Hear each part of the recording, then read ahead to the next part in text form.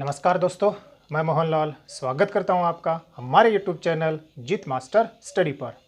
आज हम भारतीय राज्य व्यवस्था के तहत प्रमुख संविधान संशोधनों का अध्ययन करेंगे, जिसके तहत संविधान संशोधन की प्रक्रिया का अध्ययन किया जाएगा।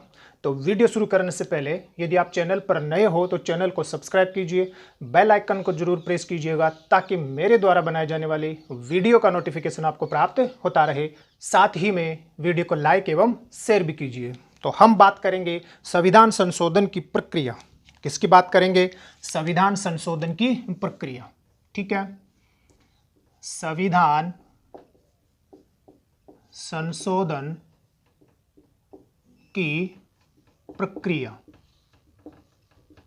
ठीक है, सबसे पहले बात करें संविधान संशोधन की प्रक्रिया में कि इसका उल्लेख संविधान के कौन से भाग में है। तो सबसे पहले बात करें किसकी? उल्लेख की। ठीक है, तो जो उल्लेख है वो उल्लेख आपका हो जाएगा कि संविधान संशोधन की प्रक्रिया का उल्लेख संविधान के भाग 20 और अनुच्छेद 368 में है। किसमें है? अनुच्छेद 368 में है। दूसरा हम बात करें कि ये उपबंध कहाँ से लिया गया है ना, कहाँ से ये उपबंध कहाँ से लिया गया है। तो ये जो उपबंध है संविधान संशोधन की प्रक्रिया का, ये उपबंध दक्षिणी अफ्रीका, कौन है? दक्षिणी अफ्रीका के संविधान से प्रेरित है। दक्षिणी अफ्रीका के संविधान से क्या है? प्रेरित है। ठीक है ना, ध्यान रख लेंगे। तो शुरू में उल्लेख और दूसरा कौन सा? कहाँ से लिया गया है। तीसरा संशोधन का अधिकार। तीसरा आपको क्या करना है? संशोधन की शक्ति। संशोधन की शक्ति। तो संशोधन की जो शक्ति है संविधान में, संशोधन की जो शक्ति है वो किसके पास है? संविधान में संशोधन की शक्ति किसके पास है? संसद के पास है। किसके पास है? संसद के पास है। अब यहाँ से आपको दो बातें ध्यान रखनी है इसके बारे में कि संविधान संशोधन की शक्ति किसके पास है? आपके संसद के पास है। ठीक है ना, किसके पास है? संसद के पास है। ठीक है, अब यहाँ दो बातें आपको ध्यान रखनी है। कितनी बातें? दो बातें आपको ध्यान रखनी है। पहली बात आपको ये ध्यान रखनी है कि संसद, पहली बात आपको क्या ध्यान रखनी है कि संसद संविधान के, संसद संविधान के किसी भी भाग में, किसी भी भाग में संशोधन कर सकती है। क्या कर सकती है? संशोधन कर सकती है। पहली बात ये ध्यान रख लेना कि संसद जो है ना, संसद के पास क्या है? संविधान संशोधन करने की शक्ति है। तो कौन कौन सी शक्ति है? पहली शक्ति में आपको क्या ध्यान रखना है कि संसद संविधान के किसी भी भाग में क्या कर सकती है? संशोधन कर सकती है। दूसरी बात आपको क्या ध्यान रखनी है यहाँ पर आपको दूसरी बात ये ध्यान रखनी है कि संसद जो है ना, दूसरी बात क्या ध्यान रखनी है कि संसद, पहली बात तो क्या थी कि संसद संविधान के किसी भी भाग में संशोधन कर सकती है। दूसरी बात परंतु संविधान के मूल ढांचे में, किसमें? मूल ढांचे में कोई परिवर्तन नहीं कर सकती, कोई संशोधन नहीं कर सकती, कोई संशोधन नहीं कर सकती है। ठीक है, किसमें नहीं कर सकती? मूल ढांचे में कोई संशोधन नहीं कर सकती है। ठीक है ना, तो मैंने आपको क्या बताया कि संविधान में संशोधन करने की जो शक्ति है वो संसद के पास है। संसद संविधान के किसी भी भाग में संशोधन कर सकती है, परंतु संसद संविधान के मूल ढांचे में परिवर्तन नहीं कर सकती, संशोधन नहीं कर सकती। संविधान का मूल ढांचा क्या होता है? तो जो केशवानंद भारती वर्सेस केरल राज्यवाद 1973 था, उसमें सर्वोच्च न्यायालय ने संविधान के मूल ढांचे की संकल्पना का प्रतिपादन किया। इस संकल्पना के अनुसार संविधान की कुछ मूल विशेषताएं हैं, उन मूल विशेषताओं को क्या नहीं किया जा सकता? संविधान से अलग नहीं किया जा सकता। ठीक है ना, अब ये कौन कौन सी इसकी मूल विशेषताएं हैं?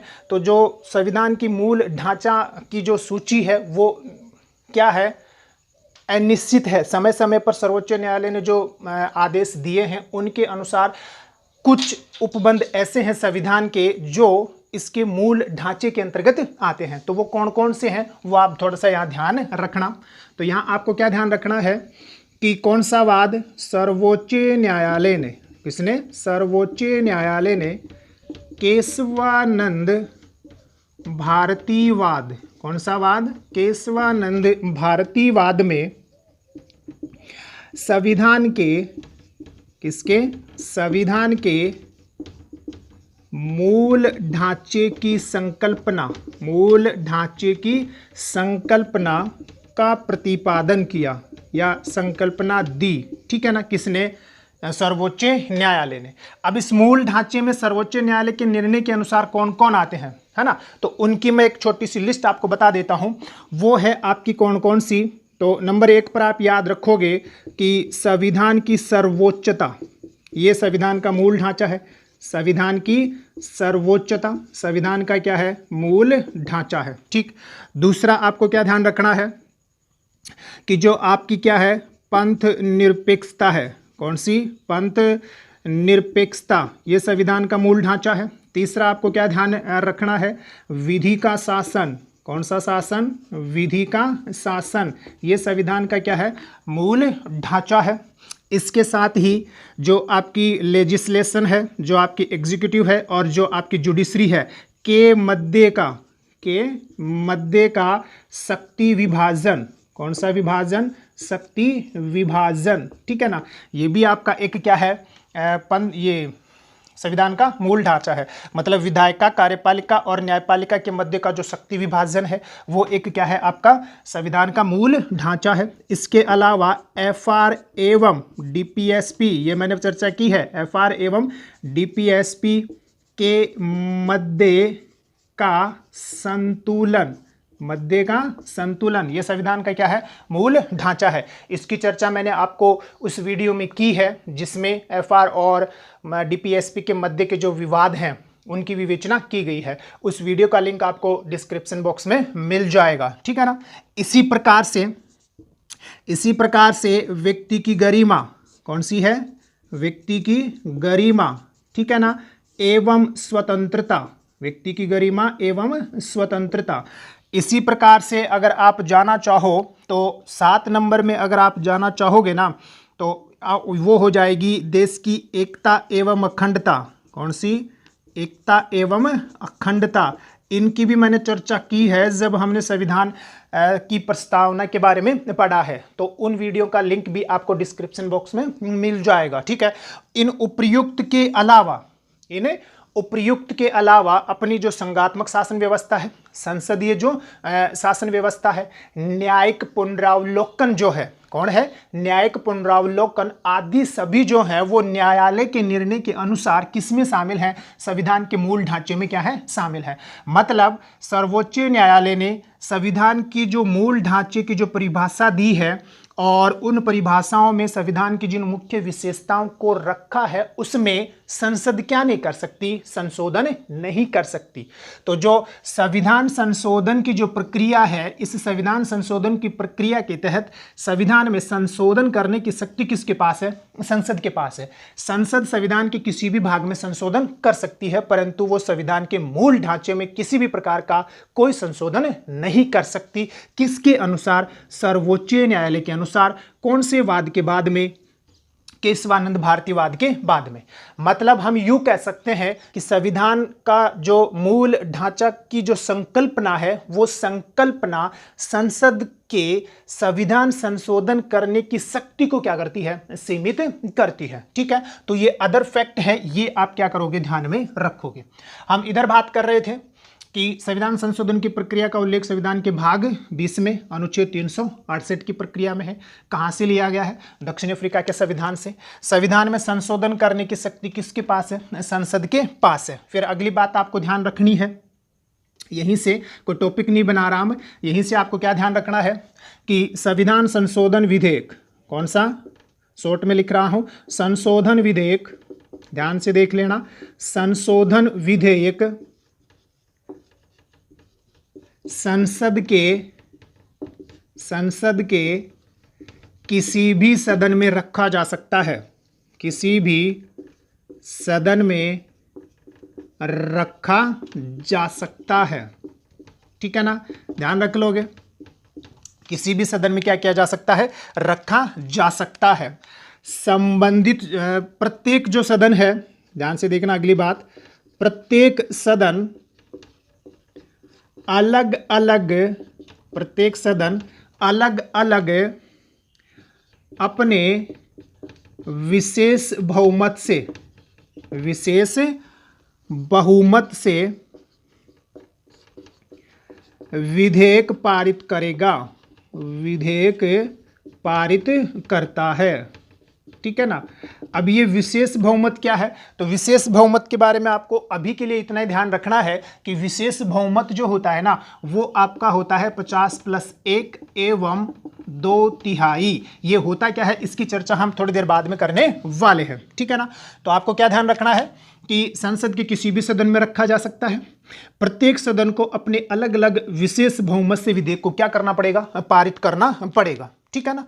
फिर अगली बात आपको क्या ध्यान रखनी है कि किसी भी सदन में, किसी भी सदन में संशोधन विधेयक, कौन सा, संशोधन विधेयक सरकारी एवं गैर सरकारी सदस्य रख सकता है, सरकारी एवं गैर सरकारी सदस्य रख सकता है। मतलब संसद का कोई भी सदस्य, चाहे वो सरकारी हो चाहे वो क्या हो, गैर सरकारी हो, वो सदस्य रख सकता है। क्या कर सकता है, रख सकता है। ठीक है ना, ध्यान रख लोगे। अब सरकारी का मतलब क्या होता है, तो जो मंत्री होता है वो सरकारी होता है, मंत्री के अलावा जितने भी सदन के सदस्य होते हैं वो क्या होते हैं, गैर सरकारी सदस्य होते हैं।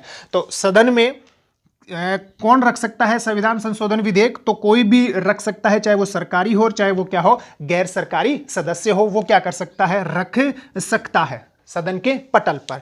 तीसरी बात आपको क्या ध्यान रखनी है, जो सबसे ज्यादा महत्वपूर्ण है, कि यदि दोनों सदनों के मध्य विधेयक को लेकर क्या हो जाता है, असहमति हो जाती है, तो दोनों सदनों की कभी भी क्या नहीं बुलाई जाती, बैठक नहीं बुलाई जाती। तो आपको क्या ध्यान रखना है कि असहमति होने पर, असहमति होने पर, असहमति होने पर सदन, दोनों सदनों की, दोनों सदनों की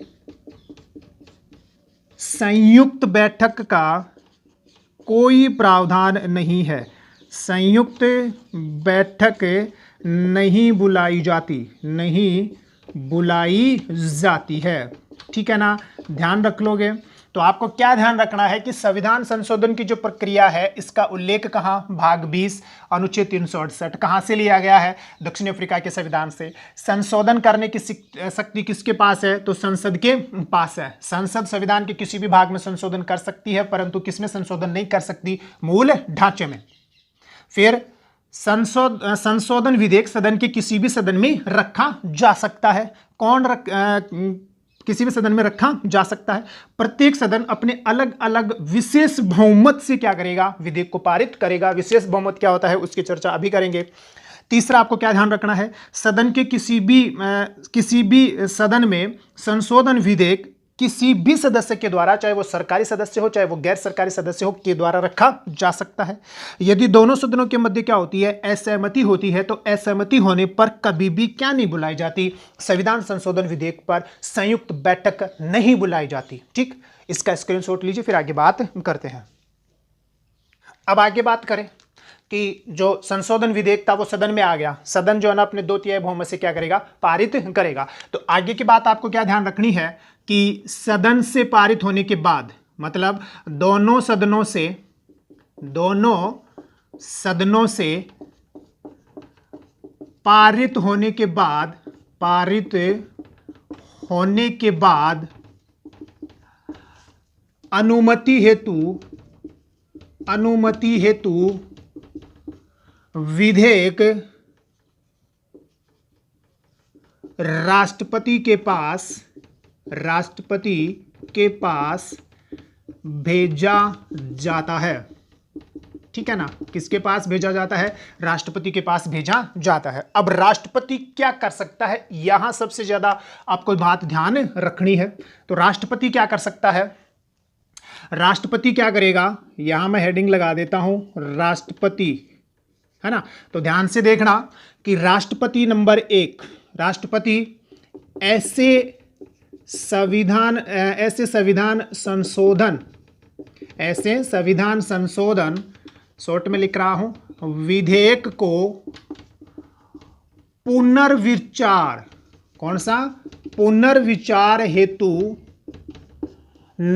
वापस नहीं भेज सकता, या पुनर्विचार हेतु नहीं भेज सकता, नहीं भेज सकता है, नहीं भेज सकता, एवं अपनी स्वीकृति, कौन सा, अपनी स्वीकृति हेतु भी नहीं रख सकता, नहीं रख सकता है। मतलब क्या ध्यान रखना है कि जैसे ही विधेयक राष्ट्रपति के पास आता है, राष्ट्रपति ऐसे संविधान संशोधन विधेयक को पुनर्विचार के लिए सदन के पास या संसद के पास नहीं भेज सकता, और न ही राष्ट्रपति जो है ना वो ये कह सकता है कि मैं इस पर विचार करके क्या करूंगा, अपनी अनुमति दूंगा, तो अपने पास भी नहीं रख सकता है, ठीक है ना। तो दो बातें आपको ध्यान रखनी है कि संविधान संशोधन विधेयक के संदर्भ में राष्ट्रपति सदन को या संसद को पुनर्विचार के लिए कभी भी विधेयक वापस नहीं लौटा सकता और नहीं अपनी स्वीकृति के लिए अपने पास रख सकता है, ठीक है। दूसरा आपको क्या ध्यान रखना है कि ऐसे विधेयकों को या ऐसे संविधान संशोधन जो विधेयक हैं इनको राष्ट्रपति अनुमति देने के लिए क्या है, बाध्य है। तो आपको क्या ध्यान रखना है कि ऐसे विधेयकों को राष्ट्रपति अनुमति देने हेतु बाध्य है, ध्यान रख लेना। ये राष्ट्रपति संविधान संशोधन विधेयक को अनुमति देगा ही देगा, राष्ट्रपति अनुमति देने के लिए क्या है, बाध्य है, ठीक है ना। नहीं वो पुनर्विचार के लिए भेज सकता है और नहीं वो स्वीकृति के लिए अपने पास रख सकता है, उसको क्या करना पड़ेगा, अनुमति देनी ही देनी पड़ेगी, ठीक है ना। ये उपबंध जो था ना कि राष्ट्रपति संविधान संशोधन विधेयक को अनुमति देने के लिए क्या है, बाध्य है, ये उपबंध किया गया कौन से संविधान संशोधन के द्वारा, कौन से संविधान संशोधन, 24वें संविधान संशोधन के द्वारा। और 24वां संविधान संशोधन कब हुआ, 1971 में हुआ, जिसकी चर्चा हमने की है डीपीएसपी एवं मूल अधिकारों के मध्य जो टकराव है, जो विवाद है, उससे संबंधित जो वीडियो है उसमें इसकी हमने क्या की है, चर्चा की है। तो आपको क्या ध्यान रखना है कि दोनों सदनों से पारित होने के बाद किसके पास आएगा, राष्ट्रपति ऐसे विधेयक को पुनर्विचार के लिए सदन के पास नहीं भेज सकता और नहीं स्वीकृति के लिए अपने पास रख सकता है। राष्ट्रपति ऐसे विधेयकों को क्या करने के लिए, अनुमति देने के लिए क्या है, बाध्य है, ठीक है, ध्यान रख लोगे। ये मुख्य क्या थी, बातें थी, स्क्रीनशॉट लीजिए, फिर आगे की बात करते हैं, ठीक है। अब बात करते हैं अनुच्छेद 368 की प्रक्रिया, अनुच्छेद 368 की प्रक्रिया, ठीक है। तो अनुच्छेद 368 की जो प्रक्रिया है, मतलब कौन सी, संविधान संशोधन की जो प्रक्रिया है। तो संविधान संशोधन की प्रक्रिया का उल्लेख कहां, 368 में। 368 में दो प्रकार की संविधान संशोधन प्रक्रिया का क्या है, उल्लेख है। कितने प्रकार की, दो प्रकार की क्या है, संविधान संशोधन प्रक्रिया का उल्लेख है। पहली जो प्रक्रिया है, कौन सी, पहली प्रक्रिया, और दूसरी है आपकी कौन सी, दूसरी प्रक्रिया, ठीक है। तो दो प्रकार की संविधान संशोधन प्रक्रिया का क्या है, उल्लेख है, कौन से अनुच्छेद में, 368 में। पहले प्रकार की जो संविधान संशोधन की प्रक्रिया है ये है कि किस प्रकार का, विशेष बहुमत, कौन सा बहुमत, विशेष बहुमत से संविधान संशोधन, विशेष बहुमत से संविधान संशोधन, विशेष बहुमत से संविधान संशोधन की प्रक्रिया है। तो ये तो आपकी कौन सी प्रक्रिया, पहली प्रक्रिया, संशोधन की प्रक्रिया, ठीक है। अब ये विशेष बहुमत क्या होता है, तो विशेष बहुमत किसको कहा जाता है वो आप देख लीजिएगा।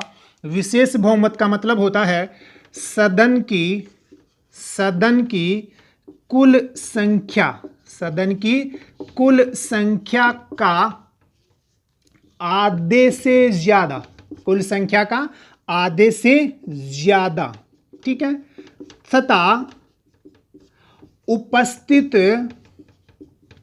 एवं मतदान करने वालों का 2/3 बहुमत। ये होती है कौन सी प्रक्रिया? आपकी विशेष बहुमत की प्रक्रिया, ठीक है ना।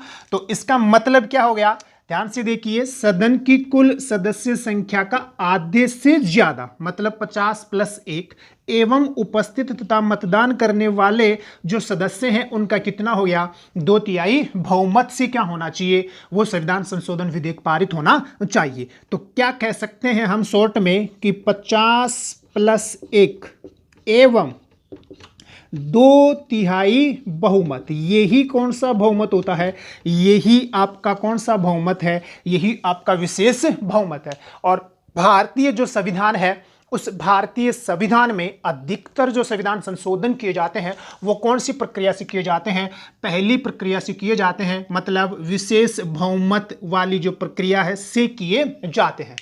दूसरी जो प्रक्रिया है, इस दूसरी प्रक्रिया में किसका उल्लेख है, तो जो दूसरी प्रक्रिया है इसमें मतलब दूसरी प्रक्रिया क्या है कि इसमें विशेष बहुमत एवं आधे से ज्यादा राज्यों की अनुमति या राज्यों की स्वीकृति,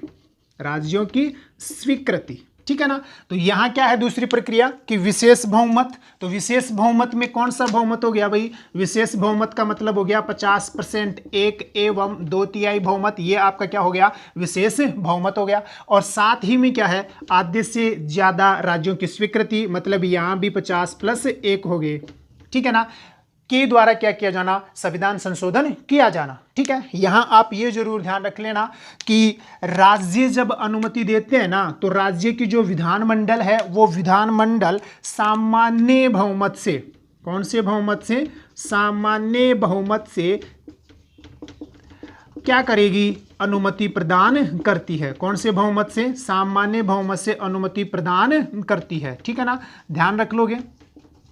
आज के लिए इतना ही है। संविधान संशोधन की जो पूरी प्रक्रिया है, जिसमें पहली प्रक्रिया विशेष बहुमत, दूसरी प्रक्रिया विशेष बहुमत प्लस आधे से ज्यादा राज्यों की स्वीकृति, एवं जो साधारण है, कौन सी, साधारण संशोधन की जो प्रक्रिया है, कौन सी, साधारण संशोधन जो प्रक्रिया है, इस तीनों का एक तुलनात्मक अध्ययन हम अगले वीडियो में करेंगे।